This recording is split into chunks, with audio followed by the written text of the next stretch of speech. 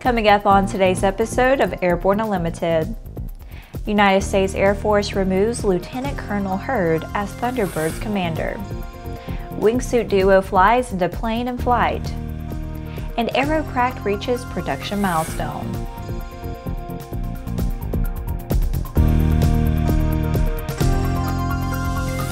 Hello, I'm Laura Hudson. It's December 1st, and this is Airborne Unlimited. The U.S. Air Force has removed Lieutenant Colonel Jason Hurd as commander of the Thunderbirds demonstration team. Hurd was dismissed on November 20th, but the official announcement came Wednesday. General Jeannie Leavitt, commander of the service's 57th Wing, cited a loss of confidence in Lieutenant Colonel Hurd's leadership and risk management style.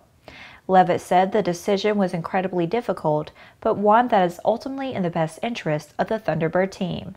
I am personally grateful for Jason's dedication to the 2017 season.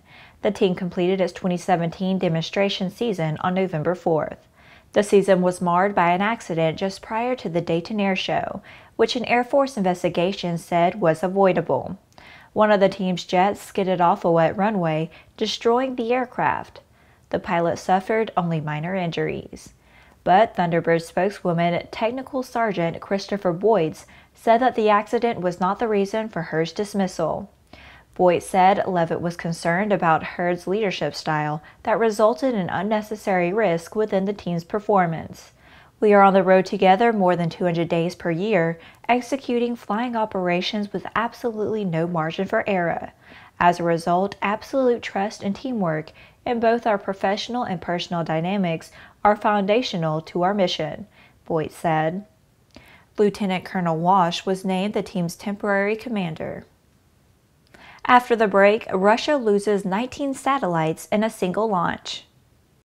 The dream is real, a truly affordable personal jet aircraft. The Subsonics Personal Jet Kit is priced at only $42,000. Kit plus engine is still under $100K. Add instruments, upholstery, and paint and you're flying. It's time to put your money where your bucket list is. Learn more at sonicsaircraft.com.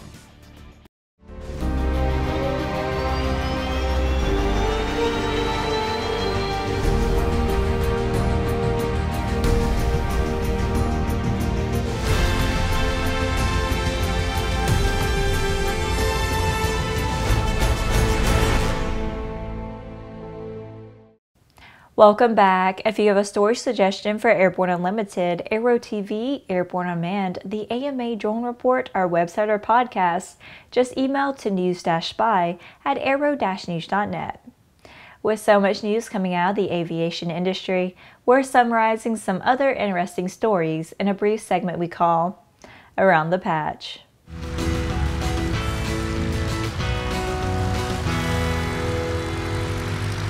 Russia launched a Soyuz 2.1B rocket carrying 19 satellites from the Vostochny Cosmodrome in the far eastern portion of the country.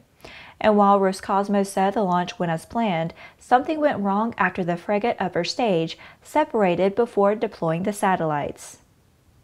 The pilot of an L-39C jet and his passenger have named Xcel Energy as being at fault for an accident in which the airplane went through 7 power lines while making a low pass through Tibet Canyon near Grand Junction, Colorado in 2015. According to the NTSB, the pilot, former Marine Corps pilot Brian Evans, was flying over a river at an altitude of about 100 feet above water and ground level. At 250 knots, the airplane impacted unmarked power line wires that spanned the river. U.S. Customs and Border Protection Air and Marine Operations has launched a program to recruit students exclusively from the University of North Dakota for careers as airborne law enforcement officers. Under the program, sophomore and junior students learn the foundation of federal law enforcement while continuing their studies at UND. AMO's mission is to detect, sort, track, intercept, and apprehend criminals using sophisticated aviation techniques. The Quinte International Airshow planned for Canadian Forces based Trenton in Ontario, Canada, has been cancelled for next year, citing operational commitments that conflict with the event. The biennial show, hosted by 8-Wing Trenton, was last held in 2016 and was held as a success. but 2017 brought too many operational challenges for an exhibition to be planned, according to 8-Wing Commander Colonel Mark Golden. Well, that's it for today's trip around the patch. Now let's move on to the rest of the news. It took more than 100 test flights, but the Soul Flyers finally achieved the seemingly impossible in one of the most spectacular ways to catch a flight.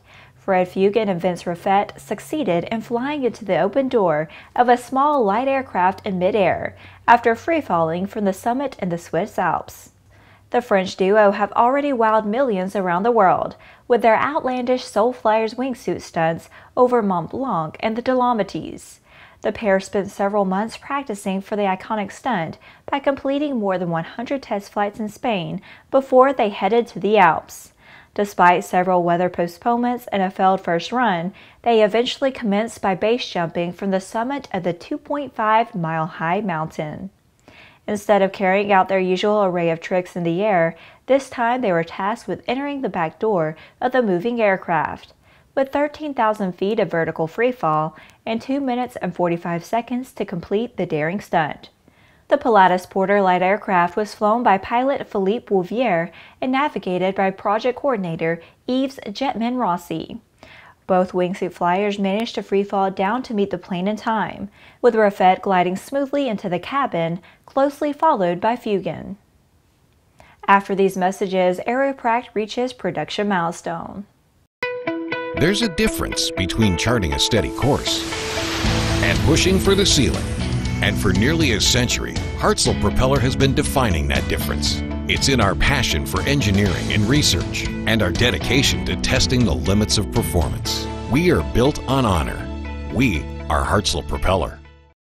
The Bristol Light Sport aircraft is what you are looking for. The Bristol is wider than a Cirrus, faster than a Skyhawk, offers more storage than a Husky, and comes standard with Garmin avionics. So what are you waiting for? Visit Bristol.com to find out how you can get into a Bristol today. Welcome back. LSA manufacturer Aeroprakt has produced and registered its 1,000th aircraft, a significant milestone for any small manufacturer in this aviation climate. According to the Foxbat Pilot blog, the 1,000th aircraft is a yellow A-22 LS, which is now in service at Aeroprakt's flying club and school based at Naliwaikowka Airfield near Kiev. The Aeroprakt A-22 Foxbat is a Ukrainian two-seat, high-wing, tricycle gear ultralight aircraft that was designed by Yuri Yakovlev.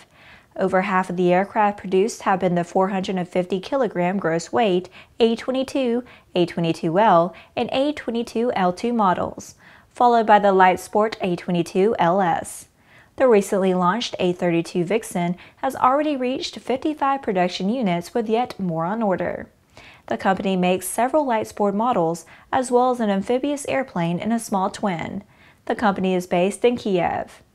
In the U.S., the airplanes cost under $81,000.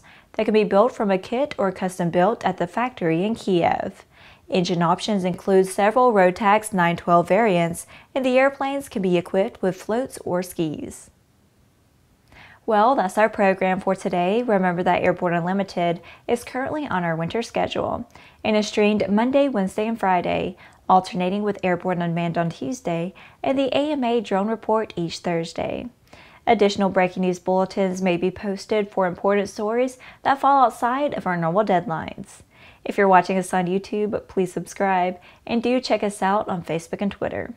Get comprehensive, real-time, 24/7 coverage of the latest aviation and aerospace stories anytime at aero-news.net. Have a great weekend and see you Monday.